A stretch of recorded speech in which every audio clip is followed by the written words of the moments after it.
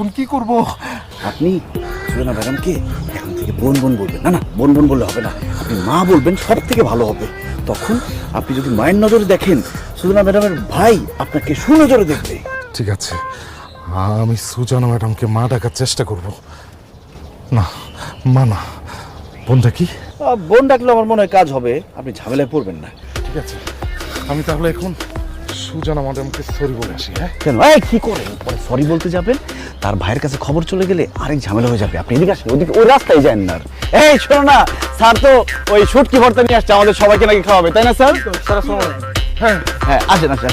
অনেকদিন ধরে শুটকি ভর্তা খাইনি। হ্যাঁ হ্যাঁ। খাতা দাও। হোমওয়ার্ক করেছো?